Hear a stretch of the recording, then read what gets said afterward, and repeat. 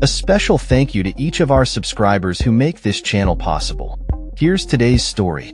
In a significant shift in immigration trends, the United Kingdom has witnessed a dramatic decline in net migration, with the latest figures revealing a drop of more than two-thirds to just 204,000 in the year leading up to June 2025. This figure marks the lowest annual net migration since 2021, according to the Office for National Statistics, ONS. The statistics indicate a staggering 69% reduction from the previous year's figure of 649,000, reflecting a considerable change in the immigration landscape. The peak of net migration was recorded at a staggering 944,000 in March 2023, fueled by a surge of foreign workers drawn to the UK as the nation emerged from the COVID pandemic. However, the numbers have taken a sharp downturn since then, with just under 900,000 immigrants arriving in the UK between July 2024 and June 2025, a decrease of over 400,000 from the year before. Concurrently, the number of people emigrating from the UK rose to 693,000, an increase of 43,000 compared to the previous year. The data also reveals that long-term immigration from asylum seekers has increased, with 96,000 individuals seeking refuge in the UK during the year ending June 2025, accounting for 11% of total immigration, a significant rise from the 5% share recorded in 2019. The decline in net migration has been largely attributed to a decrease in non-EU nationals entering the country, while the number of EU and British nationals leaving has surged.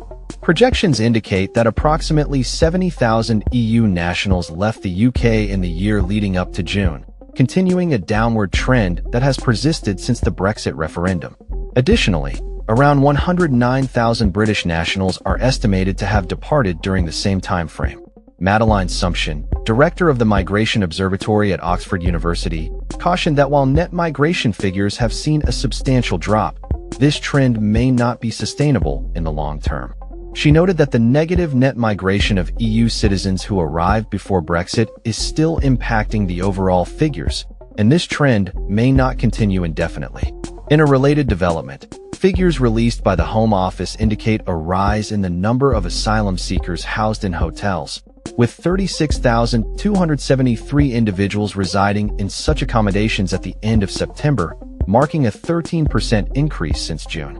The use of local hotels for housing asylum seekers has sparked protests this summer, prompting ministers to announce plans to temporarily house around 900 men in barracks located in Scotland and southern England to alleviate the pressure on hotel accommodations. The data also shows that 51,000 individuals arrived in the UK via illegal routes, such as small boats, lorries, and vans, in the year ending September 2025, with small boat arrivals accounting for 46,000 of these cases.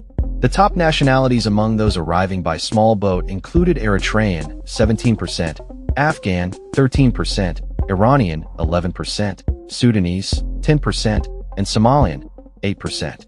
The Home Office reported that 111,000 people claimed asylum in the year ending September 2025, just shy of the 111,084 claims made in the previous year.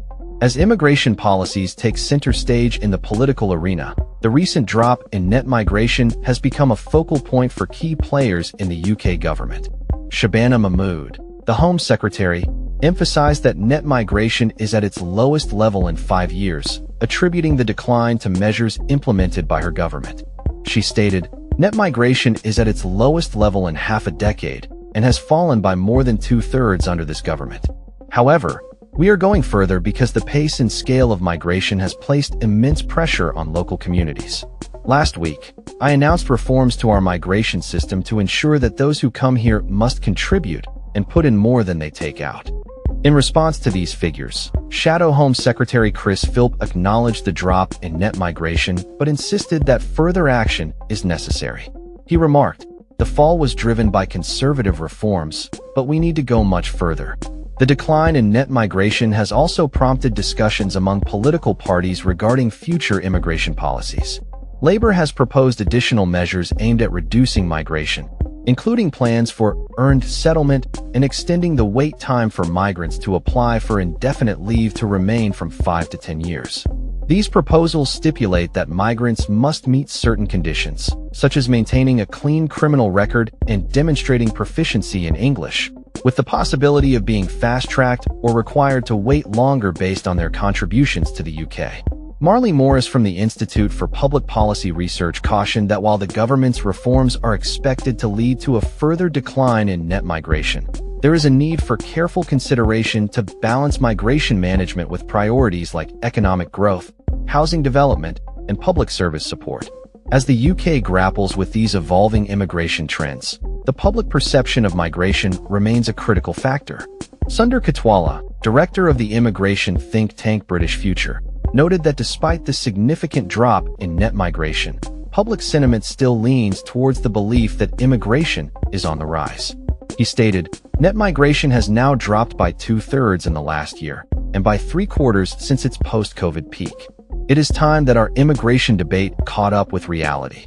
In conclusion, the latest statistics reveal a substantial transformation in the UK's immigration landscape, with net migration reaching its lowest level since 2021. As political parties navigate the implications of these changes, the ongoing discourse surrounding immigration policies is likely to shape the future of the UK's approach to migration. That's all for this story. We upload videos every day covering many different subjects, so hit that subscribe button to stay informed. Thanks for watching.